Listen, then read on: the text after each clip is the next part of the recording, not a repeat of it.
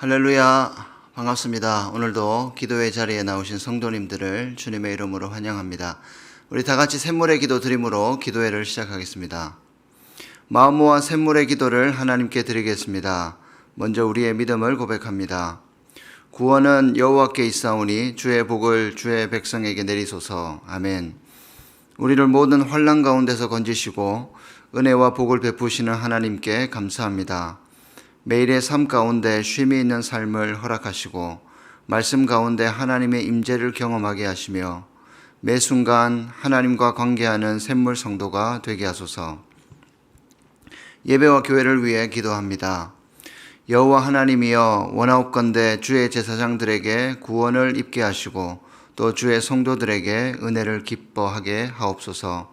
아멘. 하나님, 예배의 자리 가운데 하나님 안에서의 쉼을 경험하게 하시고 위로와 감격을 경험하게 하소서. 매주일 선포되는 말씀 가운데 은혜가 넘치게 하시고 찬양과 기도와 섬김의 자리가 은혜와 기쁨의 자리가 되게 하소서.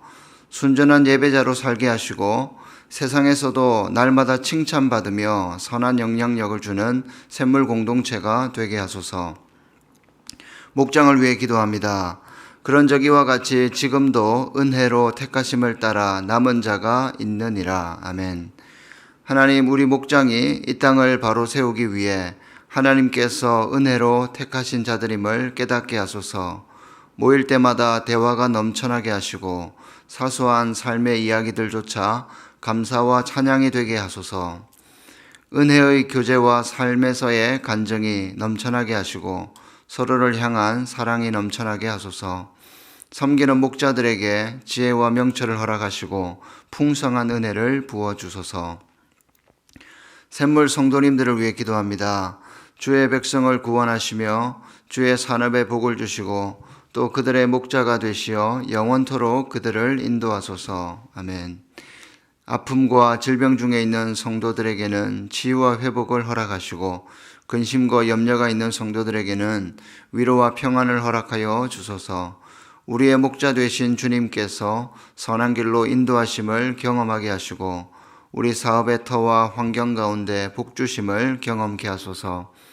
날마다 믿음을 굳건하게 하시고 샘통 300일을 통해 주님과 동행하는 삶을 살게 하소서.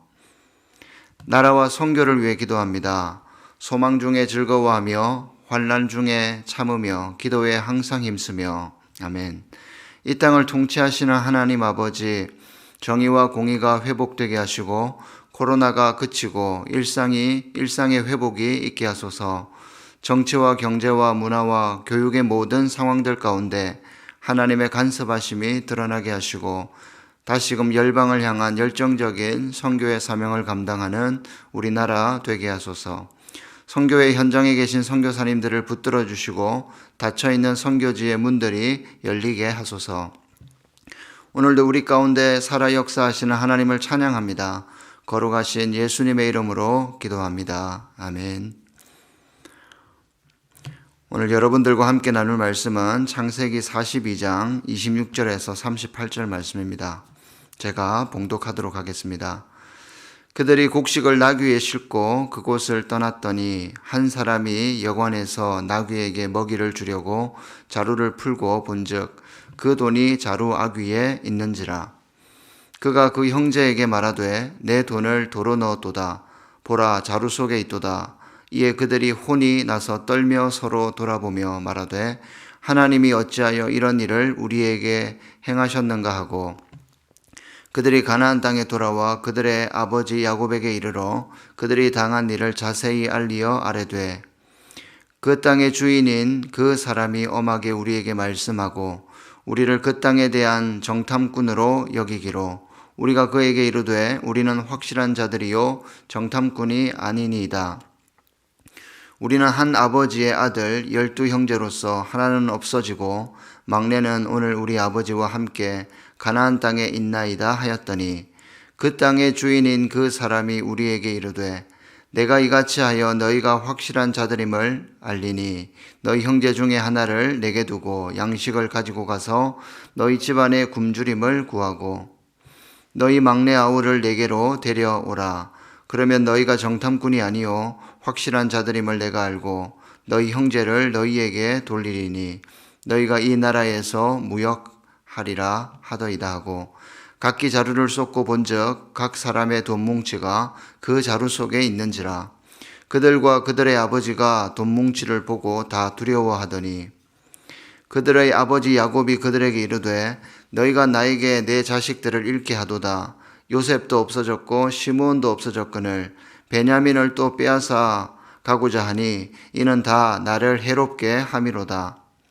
르우벤이 그의 아버지에게 말하여 이르되 내가 그를 아버지께로 데리고 오지 아니하거든 내 두 아들을 죽이소서.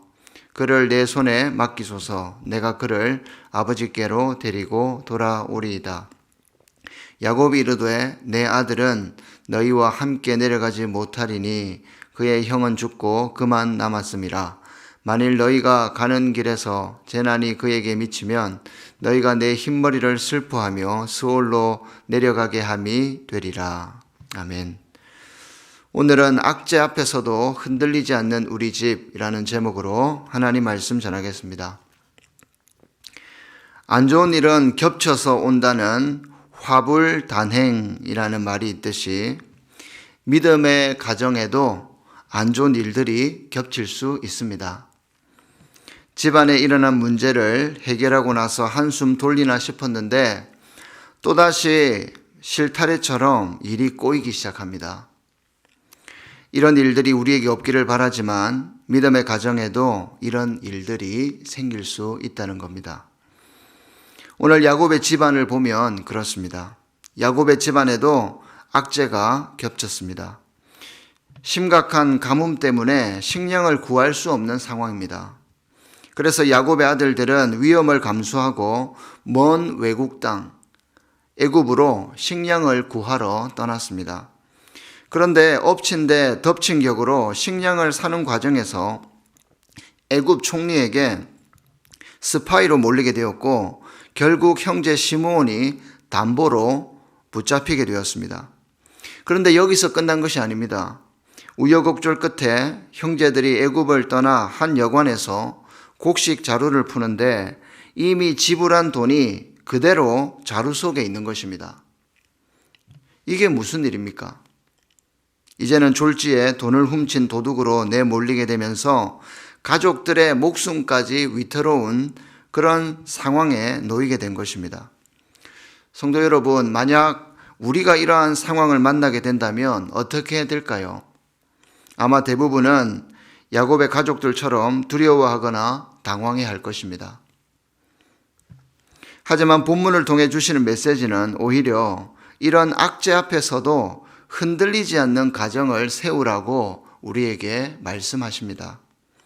오늘 본문을 묵상하면서 악재 앞에서도 흔들리지 않는 가정을 세우는 그 비결들을 함께 살펴보도록 하겠습니다.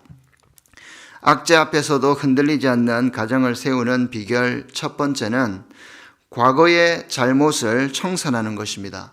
과거의 잘못을 청산하는 것. 성도 여러분, 혹시 여러분들의 가정에 아직 청산하지 못한 과거의 잘못이 있다면 빠른 시일 내에 해결할 수 있기를 바랍니다. 과거의 잘못을 계속 방치하게 되면 본인도 힘들지만 집안 사람들도 힘들어집니다.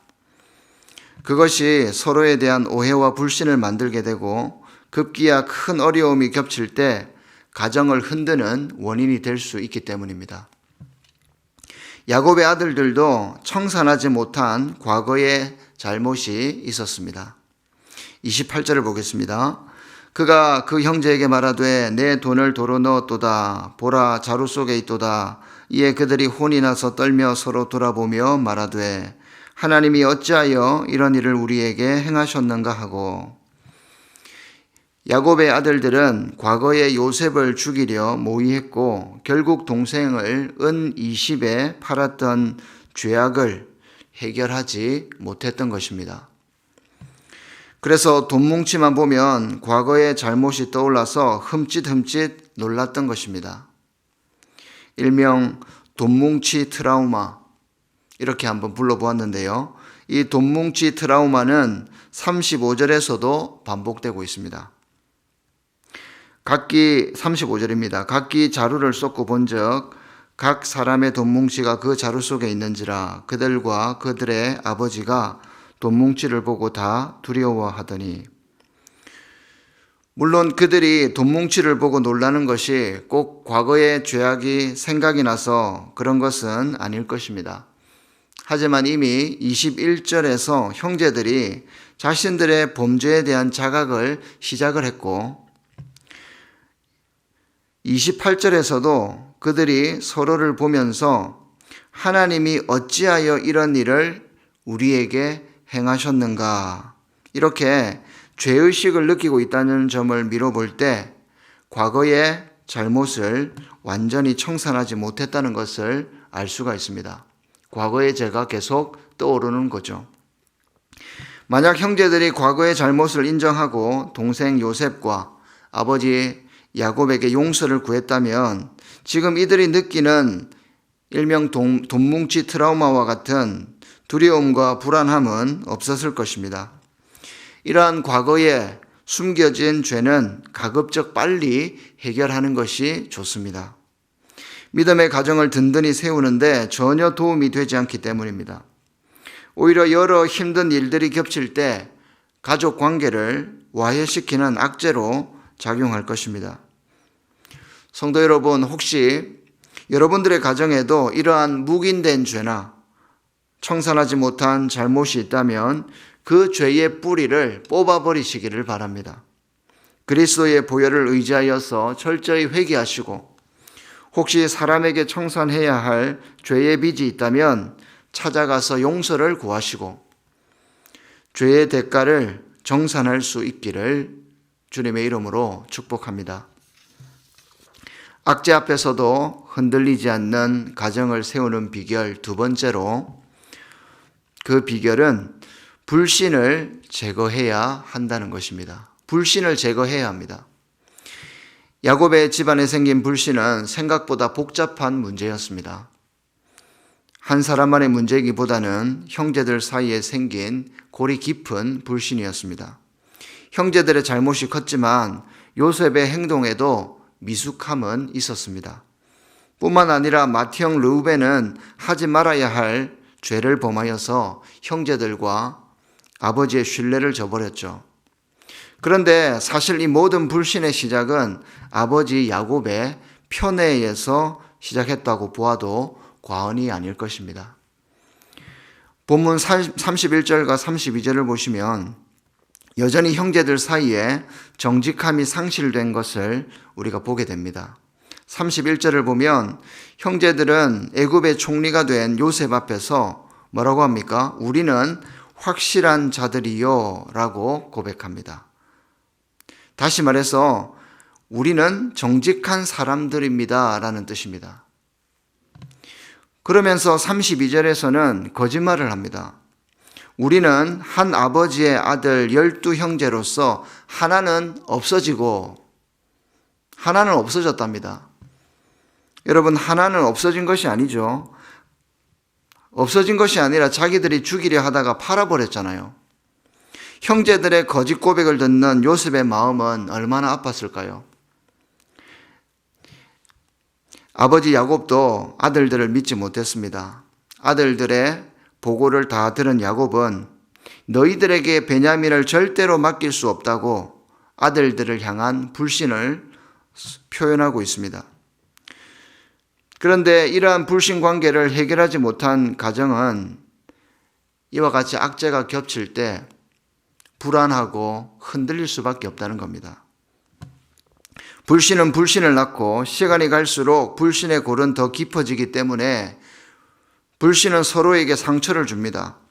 악재 앞에서도 흔들리지 않는 가정을 세우기 위해서 우리는 서로의 연약함을 인정하고 믿어주는 그런 가정 공동체를 세워가야 할 줄로 믿습니다. 실수를 하더라도 무한 신뢰를 주는 그런 가족 구성원들이 되면 좋겠습니다. 방황하는 자녀의 연약함을 우리가 너무 잘 알죠. 다시 거짓말할 가능성도 있습니다. 하지만 부모는 그런 자식을 그냥 무한 신뢰해 주는 것입니다. 그럴 때 자식은 부모님만큼은 자신을 믿어주는 존재라는 그런 인식을 하고 언젠가 부모님의 진심을 깨닫게 되는 것이죠. 남편이 완벽해서 믿어주는 것이 아니잖아요. 가장이기 때문에 믿어주고 세워주는 것입니다. 아내가 완벽해서 믿어주는 것이 아니잖아요. 내 아이의 엄마이고 하나님께서 허락하신 아내이기 때문에 믿어주는 것입니다.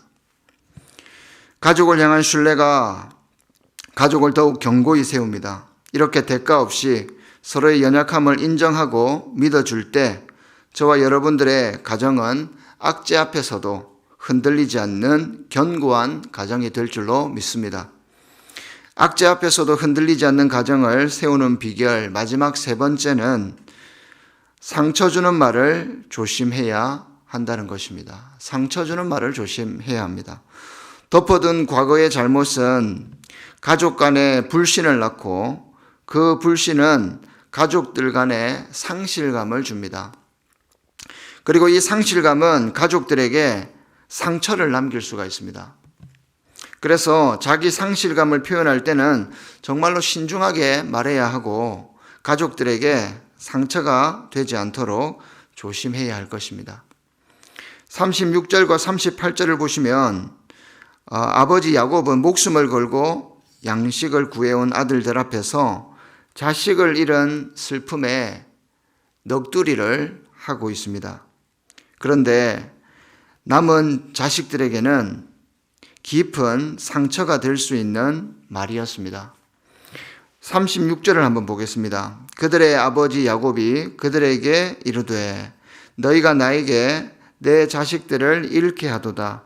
요셉도 없어졌고 시므온도 없어졌거늘 베냐민을 또 빼앗아 가고자 하니 이는 다 나를 해롭게 함이로다. 아버지 야곱은 고생한 아들들의 입장과 감정은 무시한 채 본인의 상황과 감정만 내세우고 있습니다. 너희가 나에게 내 자식을 잃게 했다는 것입니다. 물론 다 틀린 말은 아닙니다만 아들들 입장에서는 상처가 될 수 있는 말이 아니겠습니까? 그래서 아버지의 말을 들은 큰아들 르우벤은 경솔한 말을 쏟아냅니다. 내가 베냐민을 아버지께 다시 데려오지 않으면 내 두 아들을 죽이소서. 여러분, 이 고백을 계속 묵상해 보시면 큰아들로서 르우벤의 책임감도 느낄 수 있지만 아버지를 향한 서운함도 느껴집니다. 마치 이런 거죠. 아버지는 지금까지 살아오면서 요셉이나 베냐민한테는 그렇게 내 아들 애지중지하면서 예뻐했지요. 그런데 우리는 얼마나 아들로서 사랑을 주셨습니까? 아버지가 그렇게 아끼는 베냐민을 내가 데려오지 않으면 내 두 아들을 죽여도 좋습니다. 이렇게 서운함을 표현하지 않는가, 이런 묵상도 해봅니다. 38절에서 고백하듯이 아버지 야곱의 마음도 충분히 이해가 됩니다. 사랑하는 아내 라헬이 낳은 아들, 눈에 넣어도 아프지 않는 요셉을 잃어버렸고 베냐민을 낳다가 아내가 죽었는데 그 두 아들에 대한 마음이 얼마나 각별했겠습니까? 하지만 여러 가지 안 좋은 일들이 가정에 이렇게 덮칠 때 이런 식으로 자기 상실감을 표현하는 것은 가족들에게, 본인에게도 전혀 도움이 안 되는 그런 말이라는 것입니다. 오히려 식구들의 마음을 나뉘게 하고 흩어지게 합니다. 자식들 앞에서 함부로 신세한탄하지 마시길 바랍니다. 자칫하다가 누군가에게 상처가 될 수 있습니다. 정말로 믿음의 가장이라면 야곱처럼 자기 상실감에 빠질 것이 아니라 지금 나의 가족들을 돌보시고 가정을 지키시는 그 하나님의 일하심에 집중을 해야죠. 당장 눈앞에 펼쳐진 악재만 보지 말고 머리를 들고 눈을 들어서 멀리 볼 수 있어야 합니다. 앞서서 일하시는 하나님을 볼 수 있어야 한다는 것입니다. 우리가 운전을 하다 보면 요령이 생깁니다. 운전을 잘하는 사람은 앞차만 보고 안 달립니다. 앞차 앞에 일어나는 것을 미리 보면서 운전을 합니다. 눈앞에 신호등뿐만 아니라 다음 신호등까지 보면서 운전을 합니다. 미리 상황을 예측하면서 운전을 하기 때문에 편안하고 안정적으로 할 수 있는 것입니다. 우리의 가정에 악재가 겹칠 때도 마찬가지 원리가 적용된다고 믿습니다. 당장 눈앞의 일들은 악재처럼 보이지만 현재의 상황에 함몰되어 상처 주는 말을 쏟아낼 것이 아니라 말씀을 통해 조명하시는 성령의 인도하심을 따라서 멀리 볼 수 있는 저와 여러분들이 되시기를 바랍니다. 지금의 어려움은 결국 하나님께서 우리 가정을 더욱 든든하고 건강하게 세워가시는 과정이라 믿고 더욱 하나님을 신뢰할 수 있기를 바랍니다. 오늘 본문을 통해 우리에게 주시는 말씀이 무엇입니까? 악재 앞에서도 흔들리지 않는 가정을 세우라는 것입니다. 악재 앞에서도 흔들리지 않는 가정을 세워가시는 저와 여러분 되시기를 바랍니다. 악재 앞에서도 흔들리지 않는 가정이 되기 위해서는 먼저 과거의 잘못을 깨끗하게 청산하시고 그리고 가족 간의 불신을 해소하고 상처되는 말을 조심한다면 어떤 어려움이 와도 크게 요동하지 않고 흔들리지 않는 그런 든든한 가정을 세워갈 수 있으리라 믿습니다. 사랑하는 성도님들의 가정에 일어나는 모든 일들이 여러분들의 가정을 더욱 견고히 세우고 또 흔들리지 않는 믿음의 가정으로 세워가기 위한 그런 과정임을 믿고 악재 앞에서 더욱 빛나는 복된 가정들이 되시기를 우리 주님의 이름으로 축원드립니다. 오늘 하루도 승리하십시오.